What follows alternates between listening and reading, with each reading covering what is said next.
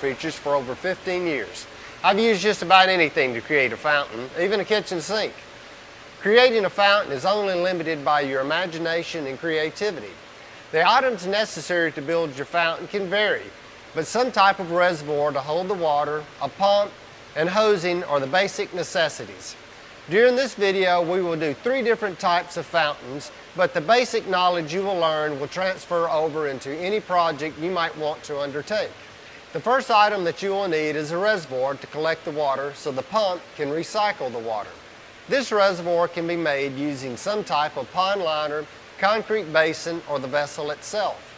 All holes that are drilled need to be plugged and then some type of sealer to coat the inside of the vessel or basin to ensure no leaking.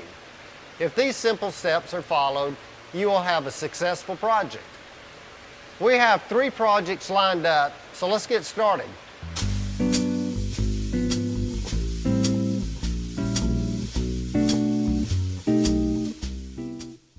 We're going to start off with a nice piece. A few other apparatuses we're going to need. We're going to have a shovel because there is a little bit of excavation to be done. We'll need us a tape measure. We're going to need to take some measurements and some dimensions. We're going to need a good drill, and with this application we'll be drilling a small hole in the bottom of the urn for our water supply, so that's the reason for the drill. Need a pump, and we're going to have an irrigation box that will actually be dropping the pump in, and we'll show you a good reason for that. So let's get started. All right, we're going to start with our first high-tech piece of equipment, which is just a good old tape measure. And we're going to take a couple of measurements, and I'll explain to you the importance of these. First one is we need to know the total height of our piece, and that is relative to knowing what size pump we're going to need. You know, certainly it's going to take a much smaller pump to push water up just a small little bowl versus a large piece like this versus even a larger urn. So first thing we want to do is get our distance and find out the exact height that we're going to be pushing this water. So in our instance, we're right at 26 inches. So now when we go to our pump selection, we're going to know that we're going to need a pump that's going to give us the adequate volume of water to fill this rim at a 26-inch elevation. And also, we're going to need to know the height in order to determine how wide we're going to need to construct our bottom pool. Inevitably, the biggest factor and trouble that you get into when you do a water feature like this is the water either splashes out of the pool itself, or either it's dripping or splashing down and it's so high that the wind catches it and blows it out. So, you know, I like to use a rough rule of thumb is if you've got a piece like this and you measure your height, then you get up a rough, you know, sometimes double the height as far as the diameter of the piece or the pool itself.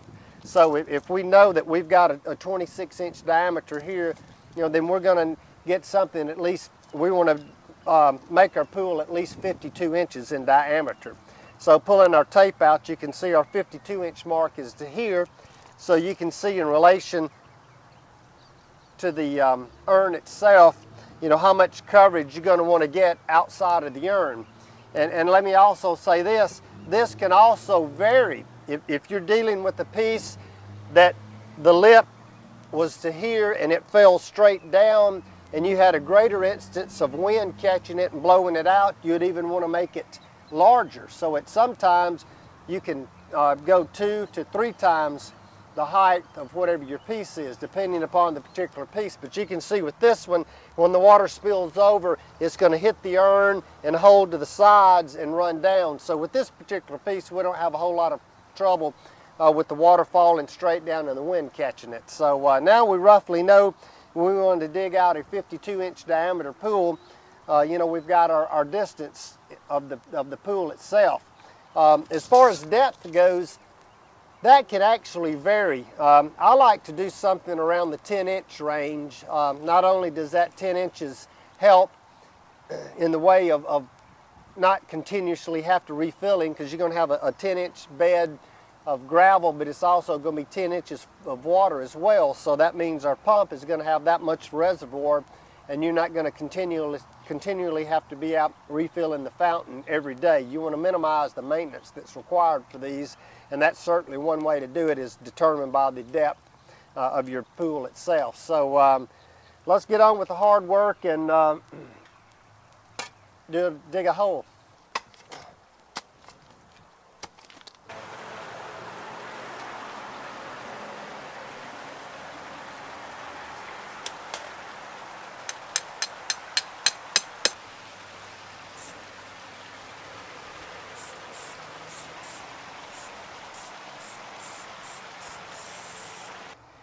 All right, we knew that we had a 52-inch pond that we were going to build, so we came in and at first I got a rough dimension and started digging, and then after I got it cut down a little bit, we came in and I got a pin right at my center mark, which was a half of my 53, so which is putting me right around 22 and a half, somewhere along in there. But we drove a pin at our center mark, and I took the tape measure and lined it up and walked around, and you saw how we made our markings to get my exact dimensions. But also what I'm going to do is, you can see how I'm higher here than here. And we want the depth of this pond to be 10 inches. And the reason being, we're going to use this irrigation box, which is 9 inches in height. We're going to use this for the housing of our pump. So we want to get this thing cut down 10 inches because there's 9 inches of height from the bottom to the top of our box, so that'll allow us 1 inch of gravel.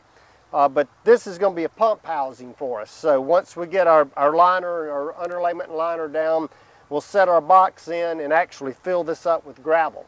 So we want to go ahead and first off is come back around and make sure we've got a 10 inches of depth level all the way around. So you can see, you know, I've probably got 3 or 4 inches difference from this side to the lower side, so that means I'm going to have to actually cut it 3 more inches here, but that's when my level is going to come into play.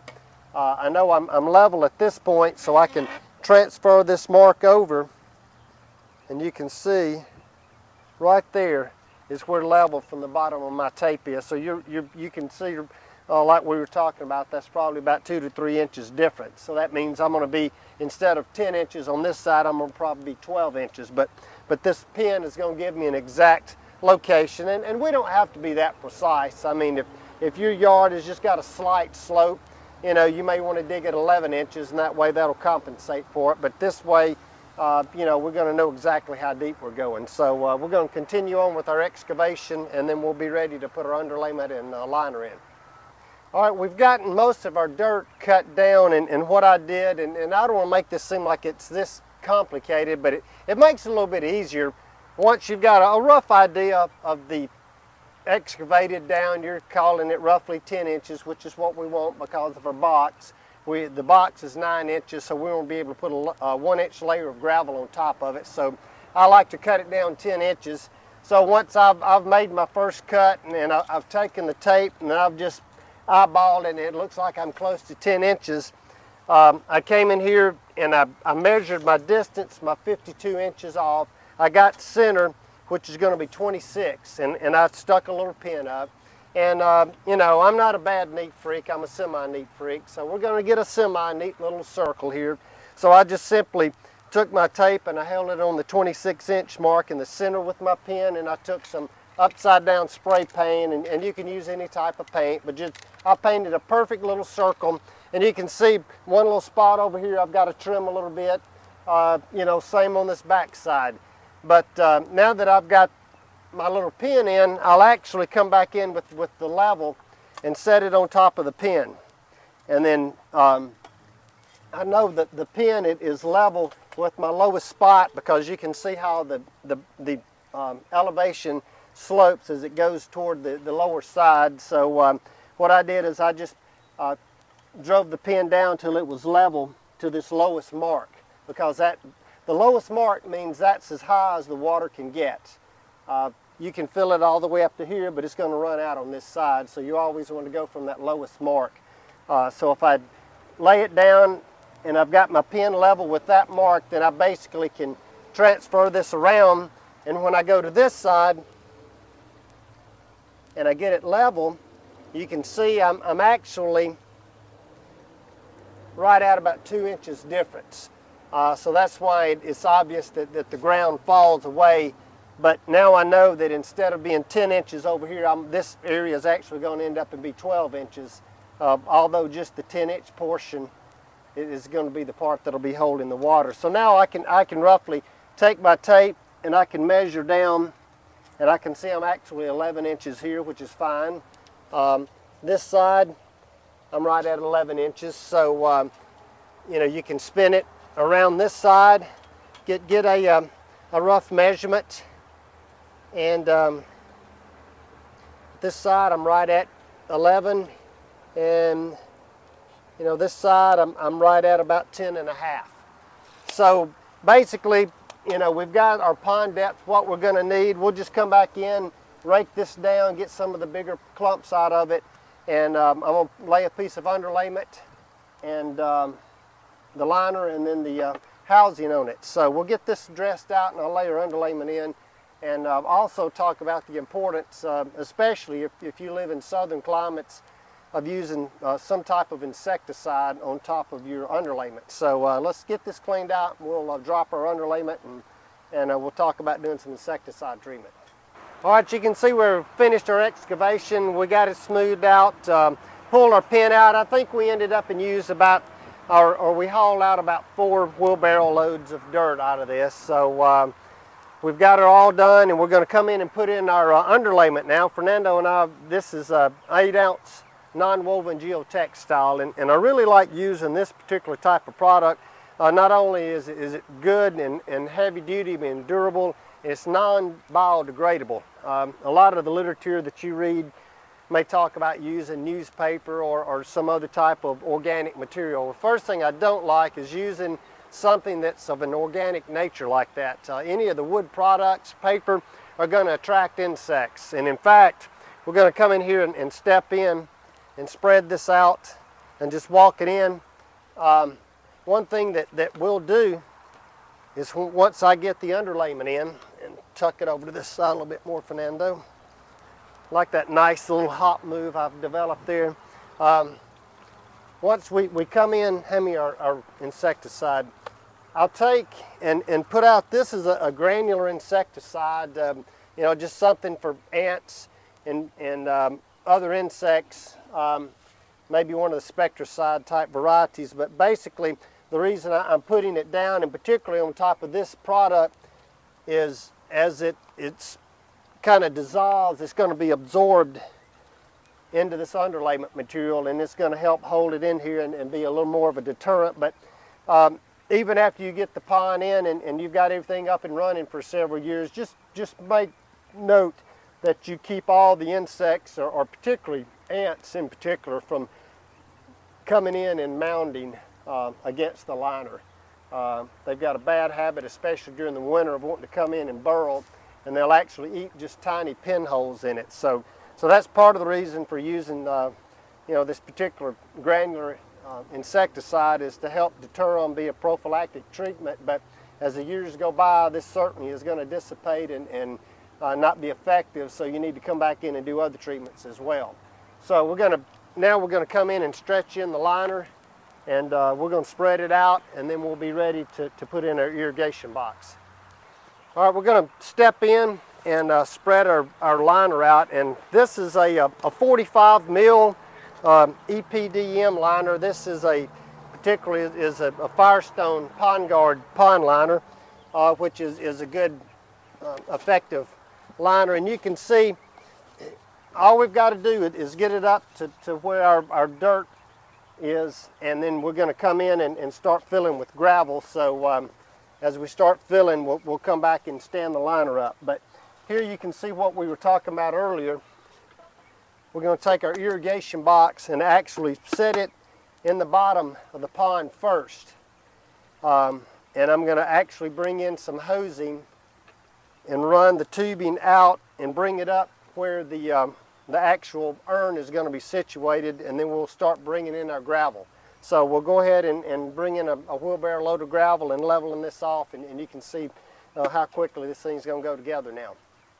What we've done is we put our irrigation box in, and I've taken the tubing that's going to be supplying the urn, and I've got it coming from the bottom of the irrigation box. And the important fact of doing this is that if you've got to get in here and get access to your pump, or if you need to change the pump out, you simply drop the pump in, you let the cord come out of the top of the box, and you just replace the lid, and you've got complete coverage, and it's surrounded by gravel and protected. But if you need to get into it and change the pump out, you hadn't got to dig the whole gravel bog out. You simply scratch down the inch or two to get to the top of your irrigation box and pull your pump out. So that's a very important factor.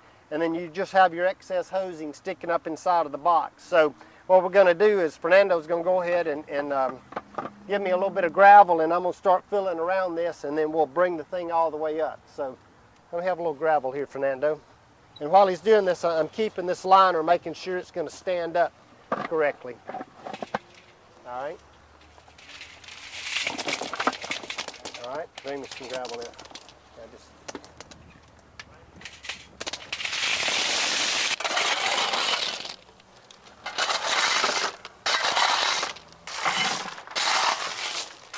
Now the particular type gravel we're using here, you can see it's a larger, what I call a number 57 size pea gravel. You can use a little bit smaller gravel if you like. I prefer this type of gravel because it doesn't seem to get as clogged up as quickly. The beauty about doing these little disappearing ponds or gravel bog ponds is that when all the leaves start falling, they're not going to get down in the pond and muck it up and make it real dirty. You can simply come out and just take a leaf rake and rake them out, even take your weed blower. But what we do is we use these cheaper type stones as fillers, and then when you get to the very top and something we want to use that's a much prettier aesthetic type of rock, we have these Mexican beach stones that I really like to use. They're different sizes and shapes and hues, and what's so unique about these is they get wet and absorb the moisture. They actually get a little bit of a color change to them, and it's really pretty. So we're going to continue filling up with this regular gravel, set our urn, show you how we're going to drill and pipe it, and then at finishing touches we'll come back up with those Mexican beach stones. So we're going to continue on here.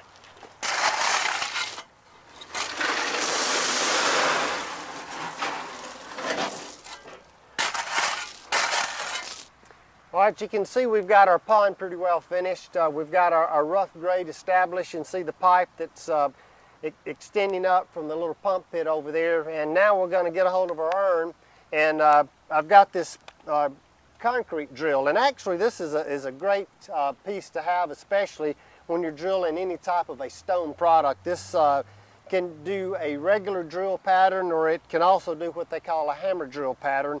And there's a switch here that you can switch over to hammer drill. And what the hammer drill allows you to do is drill through stone and concrete product. And this is a special concrete bit that you get at any hardware store. So what we're going to do now is turn this bad boy over and drill a hole large enough to sleeve our piping through, that's going to have an adapter that will attach to the return pipe from the pump pit. So let's roll this thing over and we'll drill this hole out.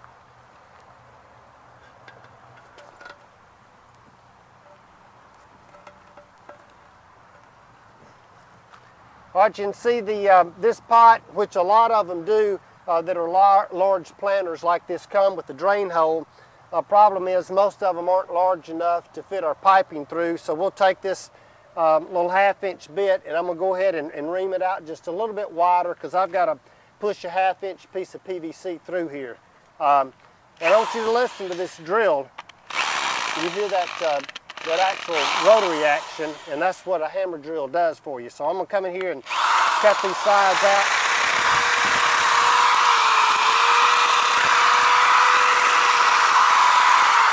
All right, now we're going to check our fitting and see if we've got enough room to extend our pipe off. This is just a regular piece of 1/2-inch PVC pipe, and I need to fit it, and you see we've got a good snug fit in here. So I'm going to take my cutters and cut off a small piece and barb a piece on, and then use some hydraulic cement. So that'll be our next step.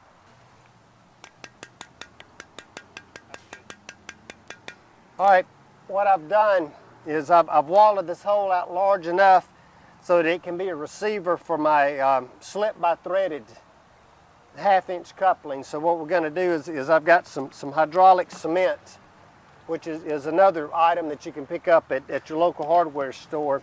And hydraulic cement essentially will set up in like 2 minutes. So you're only going to mix up a small quantity.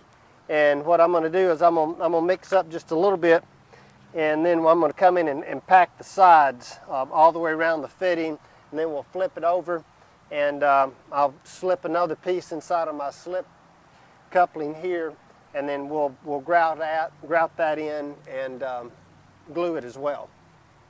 All right, hydraulic cement sets up extremely fast, like I said, so I kind of come in and hollow me out a little spot in the center and mix it in. And as soon as you mix it in, it starts getting gummy. So basically that's why you're only going to do a small amount at a time. And actually, as you get it to where you've got it workable, which is going to be almost a putty type materials, is you want to go ahead and take it with your little small pointing trowel and just go ahead and work it in. And try to pack these sides as well as you can, because what you don't want to happen is you don't want this thing to drain down. Let's just say you know the electricity goes off, and you end up and lose all of the water, or you don't have power for an hour or so. And if you don't have this sealed up completely, water's going to seep around the sides, and this whole urn is going to drain. Well, I mean, this urn probably holds close to 100 gallons. So what'll happen is if you've got your gravel bog pond filled completely, then when this water drains out of here, it's going to actually overrun. Well, then when the power comes back on, or you turn your pump back on, it's going to suck that much water out of it. So you're going to be continuously in a filling cycle. So that's why I like to get the piece cut in as tight as I can. Take this hydraulic, seal it up from the outside as well as the inside, which we'll show you. And then that way you're going to be holding the water in that container all the time, even if you lose power. You can see this is where our pipe is, our slip by thread fitting from the other side is sticking through. So I'm going to glue this piece on, and Fernando is holding the back side of it for us. I don't want to push this out. I want to make sure that is good and dry, so I've got to get this piece in. Well, I can't get it in the hole there, Fernando. Oh, you feel it? Oh, there we go. No move? Okay, all right, that's good. All right, I've got some more hydraulic mixed up, so you can see I've got a little bit of a gap along the sides of the pipe and the urn, so we're coming in and working it in between the joints, and then I'll come back in and take the rest of the mud and just work it in good.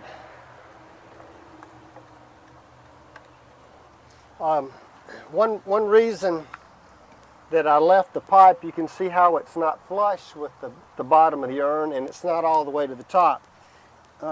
One thing that some people in colder climates may want to be concerned about it is freezing and winterizing a fountain that's going to be outdoors. And certainly with the liner being in the ground like we've shown, this is more of an outdoor piece. So what I like to do is slip on this slip by thread coupling onto the bottom, so that I'll glue this one in place, and then I'll take the slip by male and then have the extension pipe that's going to actually be the bubbler, and we'll glue this piece on. And then what this is going to allow us to do is during the winter we'll be able to come in and remove our standpipe and actually drain it down. All right, since we're going to be removing or potentially or possibly removing our standpipe at some point in time, I'm going to go ahead and make sure that it doesn't leak. So I'm going to put a little bit of Teflon tape around the fitting, and then we'll screw it in. And then once we screw it in and we can get a height measurement, we're going to discuss whether we want our standpipe to come up above the water level or slightly under the water level.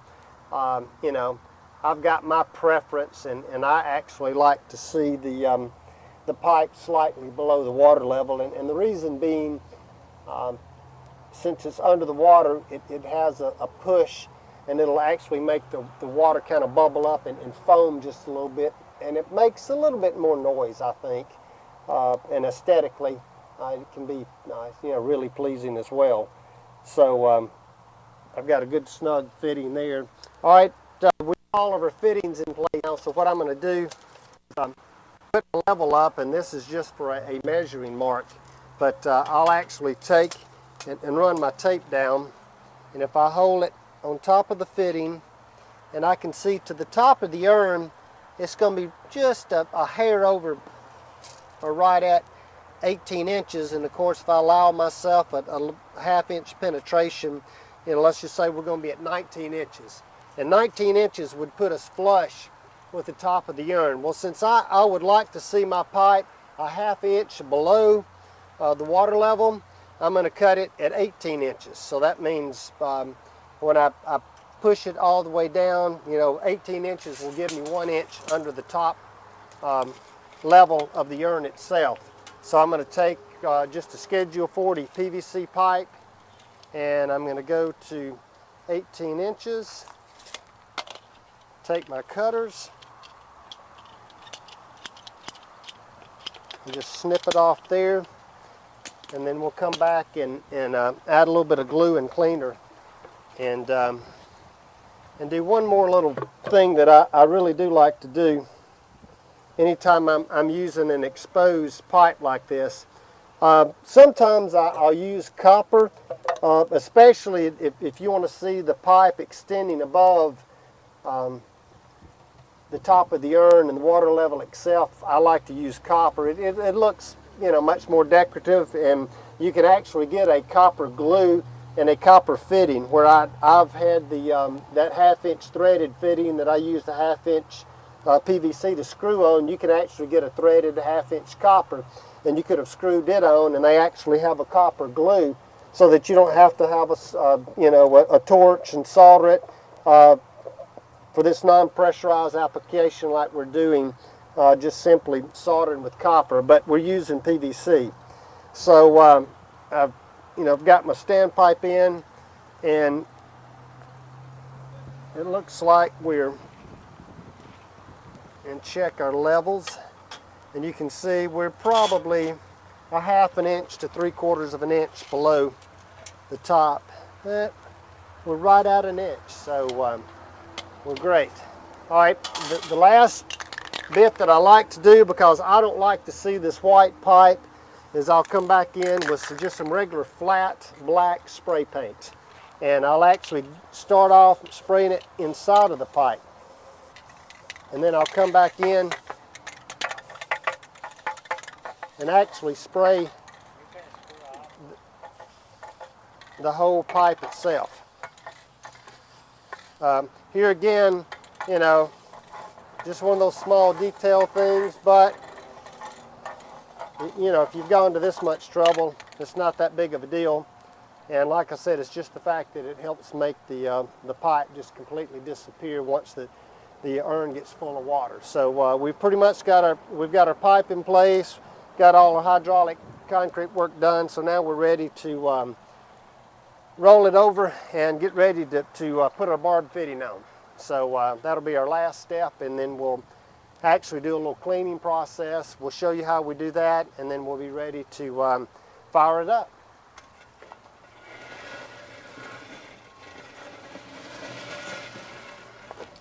All right, bring it over here and screw it in.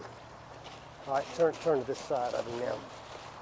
All right, we're going to screw in the barb fitting now, and you can see our bond of hydraulic cement is set up well here.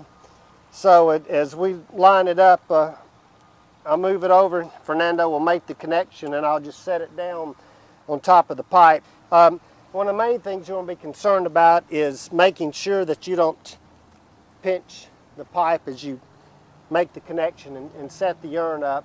And a lot of times I'll bring in just maybe a brick on either side, something that's not going to be seen, and set those in place so that it actually, you know, builds it up just a little bit above the rest of the gravel and it doesn't compress on it. So we're going to get 2 bricks and set on either side and then stand it up and then start cleaning our bed here. All right, we've got our brick in place, so now we're going to roll her up and let him make connection. Now pick it up. Wait a minute. Okay. All right, now that's right. All right.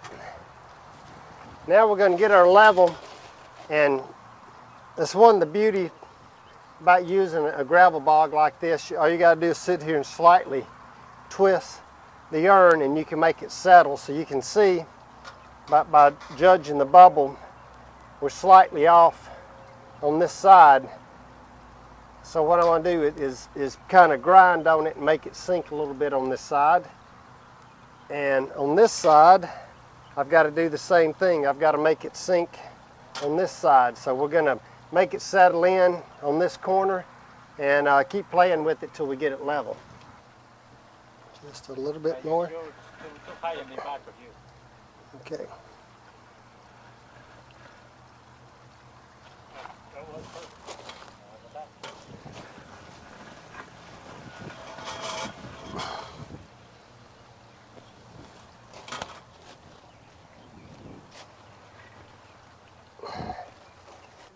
All right, what I'm going to do is, you know, we've got our gravel, and of course, anytime you use this kind of product, they say it's washed, and then it has been washed, but it's still got a lot of fine dirt and grit. So what I'm going to do is, before we actually fill it up with water and start the cycle, I'm just going to come in here with the hose and wash it down.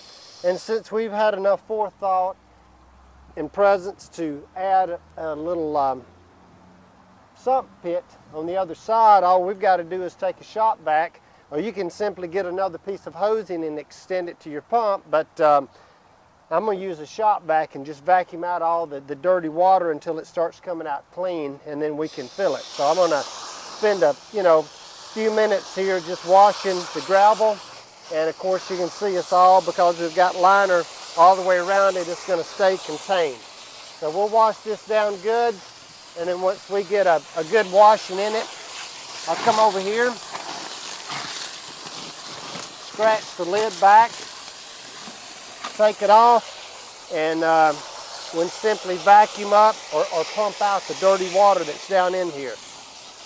We've cleaned it out pretty well. You're still going to have a little bit of slightly turbid water, but within 2 days that will all be completely settled out, so don't be bothered by it. But as long as you wash it and rinse it a couple of times, you've gotten most of the water out. So now we're ready to go ahead and trim our excess liner, and as soon as we get all this trimmed off, we'll come back in with our Mexican beach stone and just cover up this common looking gravel. So we'll go ahead and trim this off and get ready.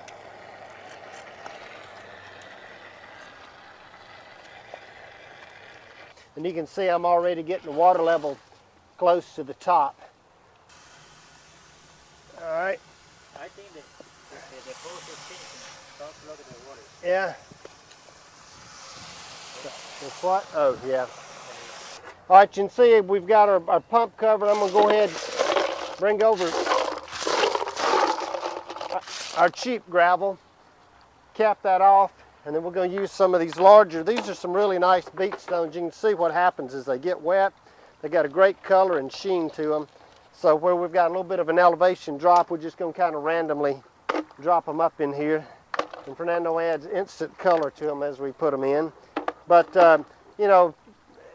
biggest thing is just using this cheaper gravel, which, we use roughly about a yard of gravel in here. And it's much cheaper than this beach stone. Whereas This large pea gravel is probably going to cost you, 25 to 50 bucks a yard. This Mexican beach stone is probably going to cost you 1,500 to 2,000. So that's why we're just using a single layer of this beach stone around the topping. And here again, trying to just drop it in so we get some, just some random patterns to it. Yeah, you don't have to dip them. All right, you can see what a great job we've done. By keeping the sides level, we've got a good even ring of water flowing down. And as the water splashes and spills down, we're getting a little bit of splash and create some nice color on these Mexican beach stones. The only maintenance that you should have to do on this fountain is maybe once a week come out and just throw the hose in and add a water, which will be lost from evaporation. So a little bit of water addition once a week. If the pump seems to slow down, you've got easy access to your pump and that handy dandy little pump pit you put in. Just move a few rocks, scratch the gravel back, reach in there, check your pump, make sure it's not stopped up. So all in all, this was a pretty quick and painless project. It's just a good half to 3/4 day project, but if you follow the right steps and procedures, you can really come out with a great looking finish. I've got one little quick thing to show you. This is a little Indian trick. A lot of people, and I've done some jobs with some architects that didn't really like to see any water movement whatsoever on the top of the urns. So what we'll do is I'll come back in, and since this is PVC pipe, I'm going to drop down about 6 inches. I'm going to cut it off. I'm going to slip on this 90 and make this water flow in a downward direction. So what that will do is it's going to make the water rise up instead of in any kind of movement at all. It'll just be a slow sweeping fashion. So you can see something, and you can see pretty dramatically how much of a change this can make. And it's as simple as what we've just done. It is just turning the pipe off. You can see even at that depth, you see the bubble effect that we get. So now I come in and I slip on the threaded 90s, which force the water to come down. And now we'll step back. We'll allow it to fill up.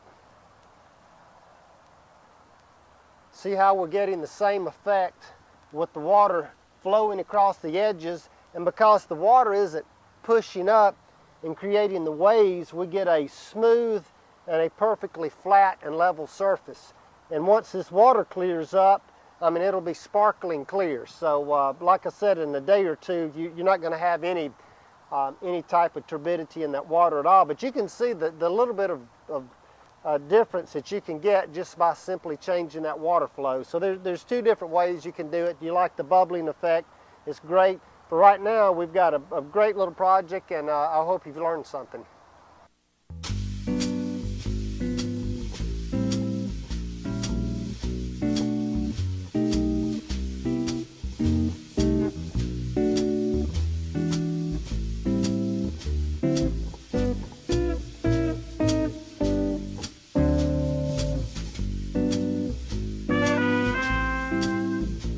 All right, we're going to show you how to do a smaller self-contained fountain. Here we're using this is probably a medium-sized urn, but basically you can use any type of a fountain or create a fountain with any type of a basin or small urn. This one is right at 26, 27 inches in height, and we've got a width on this of 24 inches on the outside, and our inside dimension is 17. But the only thing we really need to know is how high do you want to bring this water up, and how visible do you want it to be. So basically, I'm just going to measure from the bottom of the basin to the top wall is roughly 22 inches. So worst case is we're going to be pushing that water up, say 24 inches, which is 2 feet. So when you come in and make a size selection on the pump, you want to size something that's going to give you a moderate flow, probably something around 2 to 250 gallons per hour at 2 to 3 foot ahead. So based upon those facts, I'm going to use this, this little 210 gallon per hour pump. And what I'm going to do is it comes with a threaded 1/4 inch nipple off the end of the pump. So I'm going to come in and to adapt it down to a pipe fitting that we're going to readily be able to work with pretty quickly, is I'm going to screw in this small 1/4 by 1/2 bushing. So now I've got my pump to where I can adapt it to a 1/2 inch pipe. So then I'm going to step in and use a regular Schedule 40 PVC slip by thread bushing, with the threads being on the inside. So I'm going to slip that in, and here again, it's not even necessary to glue these pieces together. They're going to be submerged down in the pond or down in the fountain, so if you get a little bit of leak in the water, it's no big deal. Secondly, I like to use in a piece like this where you're going to have an exposed pipe, I'm going to use a copper pipe.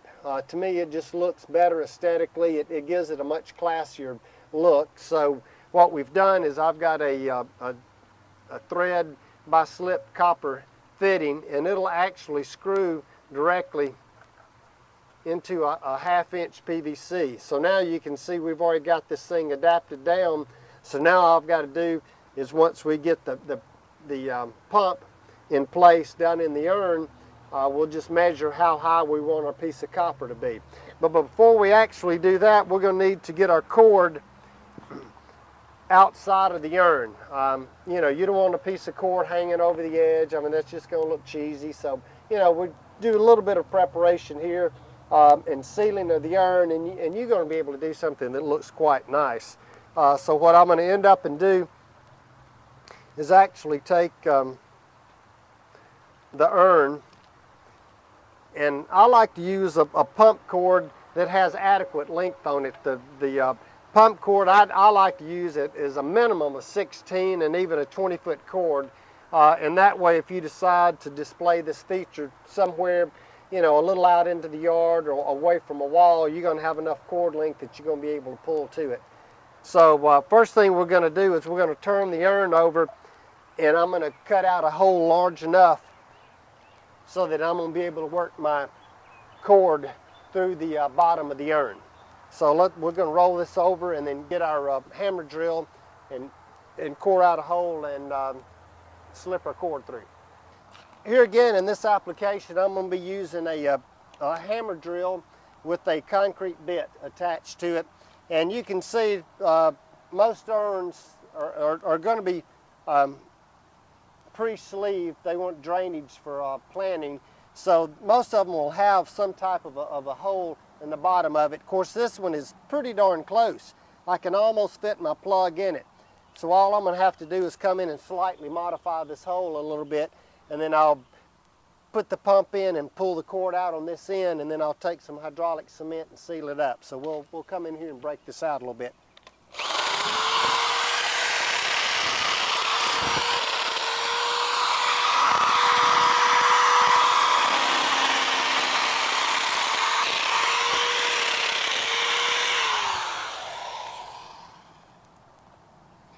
You can see we got it just large enough so that we're going to fit our cord through. So now we know we've got plenty of clearance.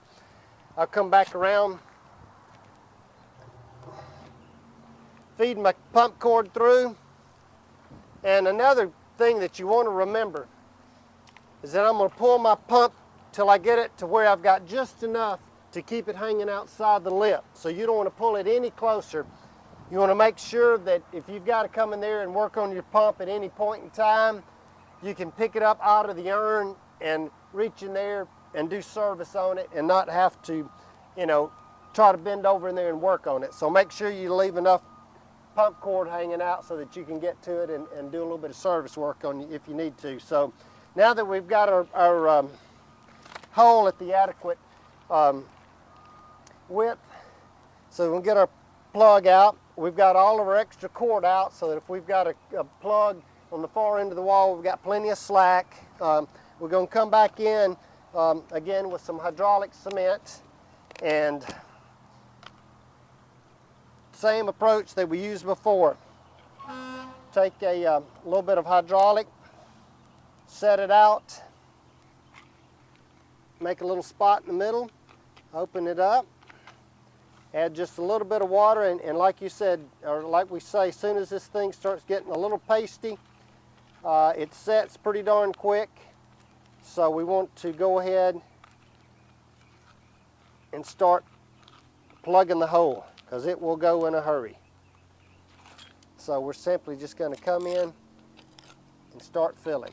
And of course, since we've got just a cord hanging out, you know, you'll take a fair amount to get this done, but like I said, with this hydraulic, it sets up pretty darn fast, so it won't take long at all to get this hole plugged up.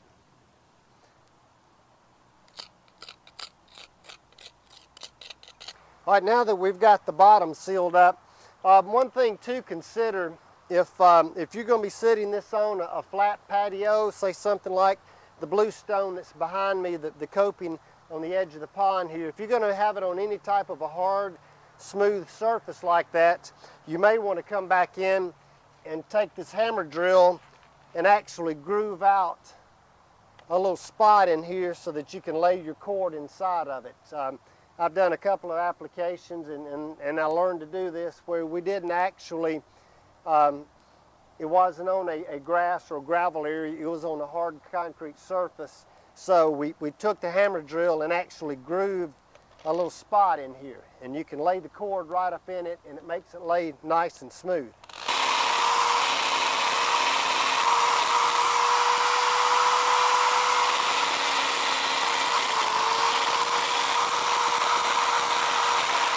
Lay it in the groove, just like so. Mark, stand her up with me, Fernando.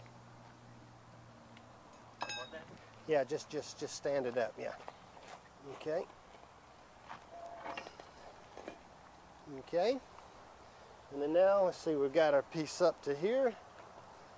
We can get easy access to it.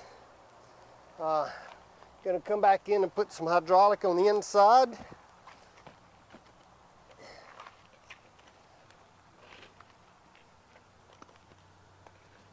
What we've done is we've got all of our piping sealed, or excuse me, all of our electrical sealed in the bottom. I've got the adapters screwed onto the pump, and you can see how much this has added to the overall height. And here again, you can see that I really haven't paid any particular attention or worry to getting this thing tight and taped up and glued, because basically it doesn't matter. You know, if this thing leaks a little bit, it's just going back into the basin. As thick as this thing is, we don't have to put any other type of sealers on it. And that might be the only caution that I throw to you, is that if you're using a smaller type of an urn or something that isn't quite as thick, maybe even some type of terracotta or even a pottery piece, if it's not glazed, you're going to need to come back in and put some other type of sealer on it. So I might suggest, again, going to the hardware store and get something like some other type of cementitious paint on waterproofing, like Damtide or Eucasil or Thoroseal. There's several type names, but if you tell them you need a paint on sealant, a cementitious type is what you want. You don't want a paint, you want something that's cementitious, because you're going to get a good bond to any other type of concrete or pottery surface. But anyway, check that out, make sure you got a good sealer. Once you've got the urn sealed and everything plugged up and you've got the adapters made, now I'm going to take the piece, set it basically as close as I can to the center, and here again I'm using my level because I want to see this pipe versus the other type of a fountain where we didn't have any type of, I didn't want to see any piping on it. This one you are going to see the piping because you're going to have water that's going to be falling back into the urn itself. So here again I'm going to measure and see that I'm roughly about 17 inches to the top. So if we want to see about, 2 inches or so sticking above the urn, we'll want to cut it probably about 19.5 inches. So I've got a stock piece of copper pipe, so we're going to measure out to 19.5 inches and take a hacksaw and just cut us off a small piece of this. All right, we've basically cut us about a 19-inch piece of copper, and here again, because this piece isn't going to be, exposed in any way or leaking, causing a problem, I'm not going to worry about soldering or even sealing it. So basically, you get enough of a bond or a push when you force this pipe on. As you can see, you get a tight fit as it is. So now, this is what you're looking at. This particular pump has a little stopcock here that you can actually reduce the flow up to 30%, but I think in our application, you know, we're going to want the full effect of the water. So I'm going to just lower it in. And also what I'm going to do with this piece is to help stabilize it, because as water comes up inside of the pipe and spills and splashes, you're going to get some movement of the water. You're going to want to also, the pump down in the bottom may want to shift a little bit. So we're going to add just a few rocks to go around the bottom of the pump just to help stabilize it. What we've done is I've added just a little bit of water. I'll say a little bit. There's probably about 4 or 5 inches in the bottom. And you can see we've got some nice height coming off of it visually from a distance. You know, anywhere that you've situated it, you know, you're going to have a nice visual. At night, it'll have a nice effect if you've got a little underwater light that's shining up on it. But one of the unique things you can do, and I'm going to lean over and let you listen, you can actually change the sound by the height of the water. You can hear how much of a echoing, almost deeper type tone you get when the water level is so deep. Now I'm going to get the hose and add a little bit more water and fill it up about halfway and let you listen to what kind of different tones you get when you fill it up even more.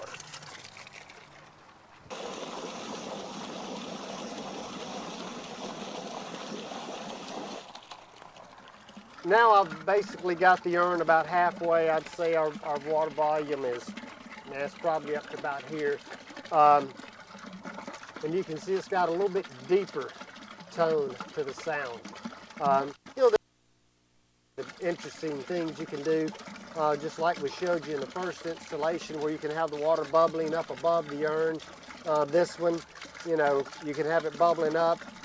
You know, the other urn, you're able to cut it off and get an overflow. Where with this one, the only way that you got to play with it is by varying the amount of water. So here again, we're halfway. I'll add just a little bit more water and bring it up to 3/4 and let you see what you think about that. As you can see now, we've got our water level filled up almost to the top. The sound isn't quite as deep and echoey as the other, but you're getting a nice visual. And one thing, if you've noticed, our water height of coming out of the pipe has actually increased. And the reason that has happened is I haven't affected the pump throttle, volume, stopcock at all. It's simply a matter of water pressure. As we've raised the water level, well, now instead of the water having to push it all the way from 2 inches above the urn to the top of the pipe, it required more energy for the pump. It was more of a strain. Well, now the pump is only having to push it up 4 inches. So you can see how much more height you get off of the column of the pipe. But basically, you know, those are little things you can do with it. I mean, one of the really neatest things is, you know, if you're certainly going to do an installation like this, when you're sleeving in the electrical for the pump, is to sleeve in a small low voltage underwater lights. And that just really adds just innumerable amounts of pleasure that you're going to get out of this fountain by being able to come out and sit around it at night, or just be able to look out from some window in the house and see the piece illuminated. Just adds a whole new dimension. So here again, this was a relatively quick and simple process, a matter of 3 steps. You know, drilling out the urn a little bit, sleeving the electrical through, using the hydraulic and attaching the pipe to the pump, adding water. Really quick, simple, and relatively inexpensive.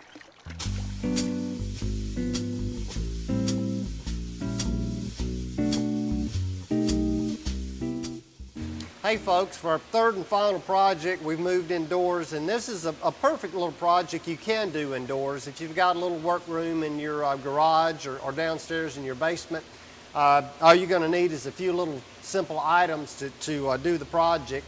And what we've chosen for this 3rd and final one is a small urn. What we want to do is just to show you how you can use something that you can create a tabletop fountain a little fountain you can set out on your patio, indoors, even in foyer, living room, dining room, anywhere you want to create the sound of water. What we're going to show you is an extremely simple and easy product and how you can create your own fountain. But our basic tools are just like our other two. We've got to have a hammer drill that will be drilling through the bottom of our vessel here.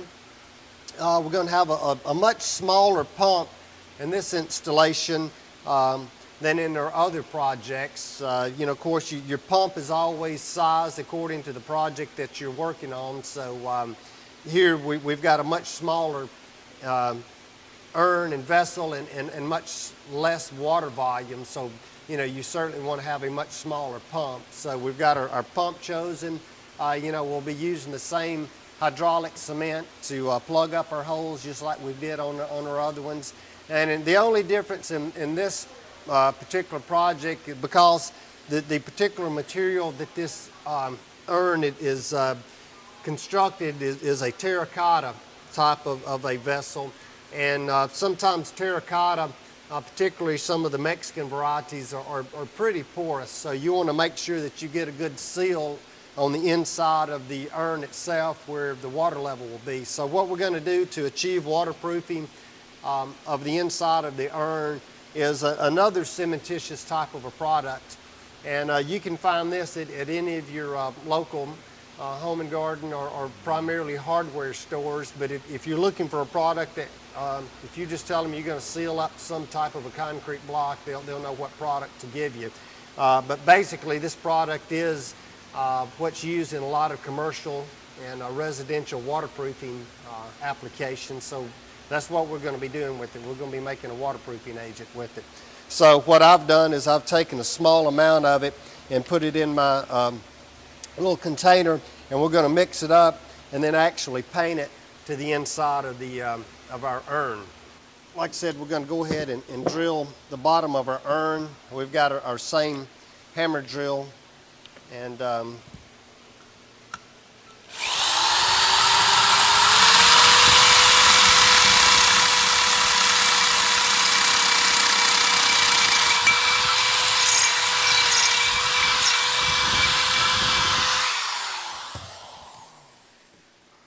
here again, since we've got a much smaller vessel, I'm real hesitant about drilling a large hole that'll be large enough like we did on our other urns to pull the whole electrical cord through. So what I'm going to choose to do on this particular application is come in and just snip the cord off, and there again pick up a little electrical adapter, and I'll come back in and actually take the cord and make an application and go to the electrical department at the hardware store and just tell them you need another plug, and basically you can strip off the old wiring from the existing cord and wire you on a new cord. And that'll enable you to like I said, when you snip your end off, you can just pull the bare wire through and then make it up later. That'll allow you to not drill as large a hole as you would normally.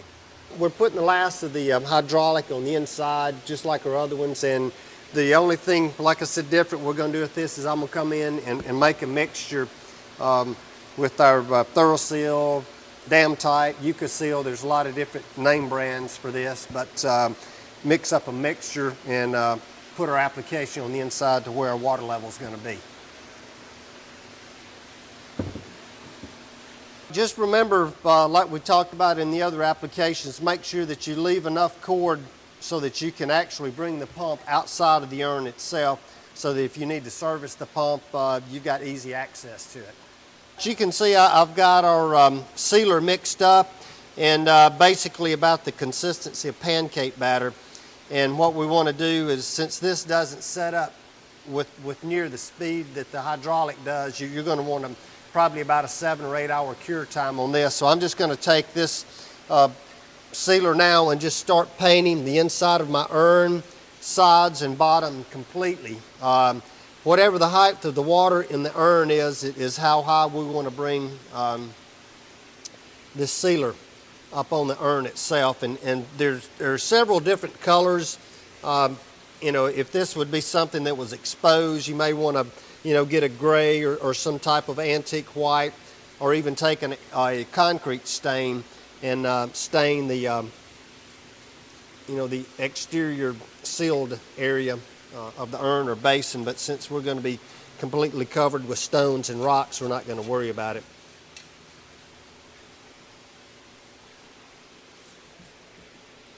One thing you may want to do is if you've got a vessel it's not a very heavy or a thin type of a vessel, you may want to come back in after about a 7 or 8 cure time and put another application of this sealer on. It's certainly much easier to be safe than sorry in this instance, especially when you're dealing with water and you may be using the fountain indoors. We've had a good cure time on our inside sealer. We went ahead and put 2 applications on, in fact, and now we're ready to come back in and attach our standpipe. What I'd said earlier, holds true, especially on a small fountain of this nature that you may be using as a tabletop fountain or something that's indoors or on a patio, that you're going to be recycling this water over and over again, and it's not going to be overflowing. You're going to have to be looking at this standpipe. So I really don't want to use a PVC pipe on this application. I like to use a copper. It just looks much neater and cleaner and more expensive. So what I've done is I've got a little piece of 1/2 inch, and my barb fitting on this particular pump fits just perfectly over it, and I've got a small hose clamp that we'll just tighten up just a little bit to make it snug. But we'll take the pump, slip it down in the pot itself, and what I like to do, since you've got just a big urn and a lot of open space in here, is this water is pumped up. It somewhat makes this standpipe and the pump itself unstable. So once I get the pump situated and about centered as close as I can get it, and again, you don't have to be just exact for this application, but here again, you can also, just like the other ones, you can let the height of the standpipe vary. But once I get it close to where I want to situate it, I'll take some small pea gravel and I'm going to just pour them around the pump itself. And basically, you want to get it at least to the top of the pump, because what you're going to do is provide some stability for the pump, as well as a little bit of filtration. This small pea gravel will actually help filter out some larger trash and debris. So by pouring it all around the pump itself, you're locking it in, and you can see I've got a pretty good, pretty stable standpipe there. But I'm gonna go ahead and add a couple more handfuls. But like I said, as this thing starts running, we're going to add some water here, and you'll actually see how much movement you're going to have on this pipe. So you want to make sure you got plenty of gravel to lock it in place. We've got our gravel and we've got our standpipe stabilized, got gravel all around it. We're going to go ahead and plug her up. I've added some water in and just see how she's going to look, which looks pretty darn good. There again, you can see you can make some slight adjustments, and that's the beauty about having it in this little gravel base like this. You can move it around and not worry about knocking it over. That looks much better there. So I'm going to pull some gravel to it. I'm going to actually go ahead and I'm going to add another handful or two, because it doesn't feel quite stable enough for me. And what we had talked about earlier as far as the height of the standpipe, you can have it like we've got it here where it's showing. If you want to come back in and crop it off a little bit lower where it's barely visible, that's entirely up to you. The depth of the water can influence how much sound this generates. So these are all things that you can play with once you get it set up in the exact situation and condition that you're going to be running it in. But here you've seen what we've done with just a simple urn like this, and really how cost effective and easy a project it can be done. Now that we've shown you how simple and easy creating your own fountain can be, just give it a try.